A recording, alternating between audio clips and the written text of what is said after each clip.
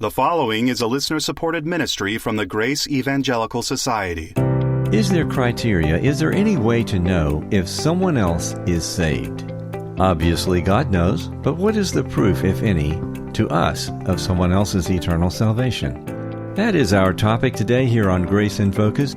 We are so glad you are joining us, and this is the radio and podcast ministry of the Grace Evangelical Society. Our website is faithalone.org. Many things to learn about us there, including our national conference coming up next May. And also, we have a bookstore where you can find Bob Wilkins' latest book, The Gospel is Still Under Siege. Come and see us at faithalone.org.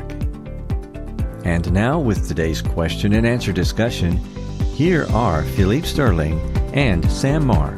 We have a question from a Russian listener, and I'm not going to try to pronounce the name because it's written in Cyrillic, so I can't even pronounce it. But we do appreciate the question. Essentially, his question is, we see from the Epistle of Galatians that church in Galatians that's being written to was carried away by false teachings as believers. So then, for us, what is the criterion for assessing a person's salvation? It goes on to say, after all, it turns out that if salvation is only through faith, we may already be saved, just in error like the Galatians who were bewitched by false teachers. So basically what he's asking is, if someone is believing the gospel plus something else, plus works, plus legalism, then how can we know whether they're saved or not? Well, the only criterion for having everlasting life is simply believing the promise of Jesus for it. And the only criterion that we have in conversation with someone concerning that is simply their assertion of it. Like Sam, I'm sure you will tell me that however many years ago you heard the message of life and you believed it. You believed the promise of it. So on that basis, that's the only one that I have for evaluating whether or not you're a believer. And that's simply that you said that you have believed the promise. There was a moment in time where you believed it. And then for anyone else, regardless of how they may have erred in their walk with God, or however they may be faithful in their walk with God. And neither one is the criterion by which we determine whether or not they're a believer. It's simply that they have believed at a moment in time the promise of Christ for everlasting life. So that's the important question to deal with. Right, that's the first question. And that's, if we're using Galatians, the church in Galatia, as our example for, now let's analyze modern day churches, then we were talking before we started, but there were two groups three groups in the church of Galatia. There were those who were faithful to Paul's teaching, but then there were the secret brethren that crept in, and among these Judaizers, as they're called, there were some who were saying you have to follow the law in order to maintain salvation or to be saved. The Gentiles needed to be circumcised in order to receive everlasting life or to be justified. But then there were others who weren't going that far, but they were saying, okay, God gave us the law, so we need to follow the law in order to please him, even though Christ died, we're no longer slaves to the law, but we should still have all the Gentiles be circumcised in order to please God. Yeah, so there's two groups. One group of Jewish people who are coming in, who are saying, in essence, that to have everlasting life, you needed to follow the law. Otherwise, you will not have everlasting life. And then that second group who are saying, no, it's simply believing the promise of Christ for everlasting life, but it still was, the Gentiles still needed to follow the law of Moses, particularly the whole matter of circumcision and perhaps some other matters as well. So not to simplify it too much, one group was saying the law needed to be followed for having everlasting life. The other saying that the law needed to be followed to be in harmony with God and to be in fellowship with God. And both are wrong.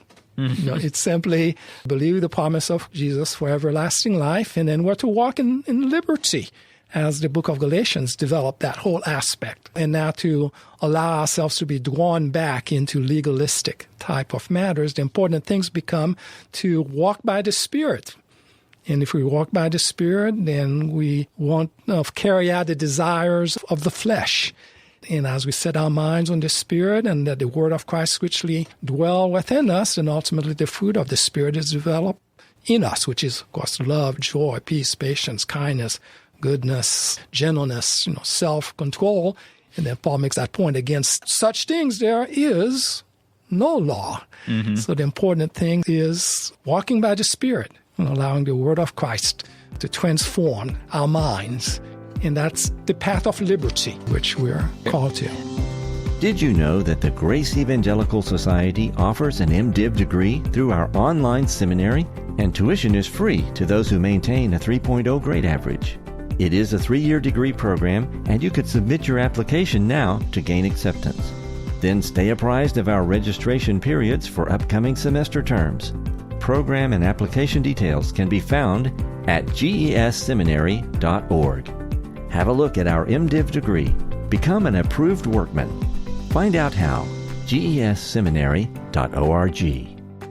And so back to the question, I think this is part of the question. This is something I hear people talk about a lot, is if I don't see you living out your life like that, I don't see those fruits, or I don't see you walking in the light, then how do I know that you're really a believer? Because that's what people say a lot. And some people worry about that for themselves. They say, I've been living in sin, and I'm questioning, did I ever really believe? Because if I had truly believed, then I wouldn't be living this way. I would have defeated my sin, and I would be, living according to the Spirit.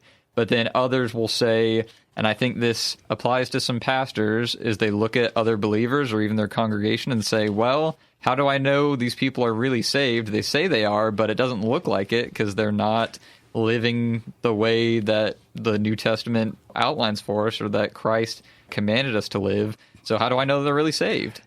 And that's the point. That's a determination that is never our responsibility to make. The only matter is if a person simply has believed. That's all.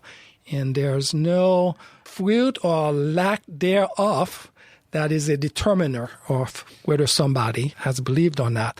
But now, as we're part of a community of believers in fellowship with each other and fellowship with the Lord as we worship together and serve with Him, as we're engaged with each other, believer to believer, if we do notice that someone who is part of that community with us, who is overtaken in any trespass, as Paul brings it in Galatians chapter 6, then we who are spiritual ought to restore such a one in a spirit of gentleness, considering yourself, lest you also be tempted. So in humility, if there's a brother in Christ that is caught in a pattern of behavior that is destructive, that is sinful, then in love and in humility, we're to approach them and seek to restore them. And by so doing, we are bearing each other's burden.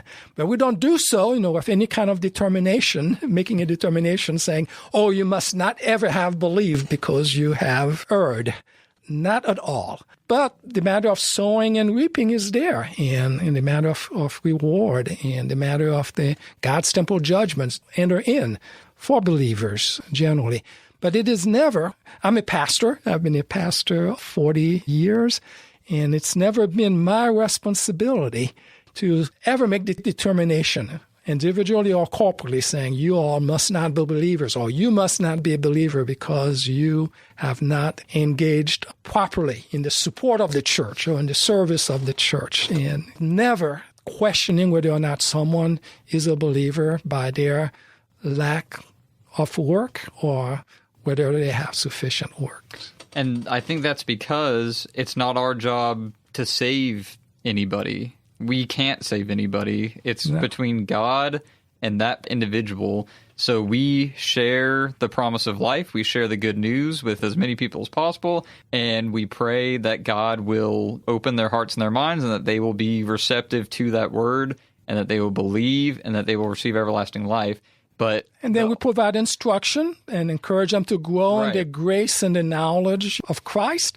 But that's a journey. with many ups and downs. So we help plant the seeds, we help water the seeds, but we have no part in the growth, the actual growing of the plant or the fruit. So it's not our job to question, okay, I shared the gospel with this person and they said they believe it, but did they really believe it? Do I need to keep sharing it with them? That's not the purpose. The purpose is we share the gospel, they believe, they say, that's where confession comes in. They confess, they get baptized maybe, and that's a public profession to all the other believers around them that says, look, I've believed and now I want to become a disciple.